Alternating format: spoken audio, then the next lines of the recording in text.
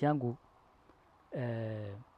ni kuombea serikali yetu na kusupport rais wetu, kwa sababu Kenya tunaelekea kwa njia ambao sio mzuri. Ile njia ya kudanganya wa Kenya, ile njia ya kufanya mambo ya campaigns mapema. Na ni vizuri wale watu ambao ni wazalendo wakaweze kujitokelezea na kuonyesha yale mambo ambayo yanafanyika kwa njia moja ama nyingine.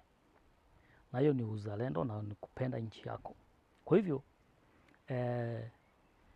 Kenya tumekuwa kwa same place in a stagnation for so long time. Wewe kama unasoma ama unafanya research yako, ukienda usome mambo ya Vision 2030, utaona mambo ya housing pale ikiongelewa, utaona mambo ya social, mambo ya health yakiongelewa pale. Kwa hivyo haya ni mambo ambayo yamekuwepo kwa muda ambao ni mrefu, na ni vizuri tukaweza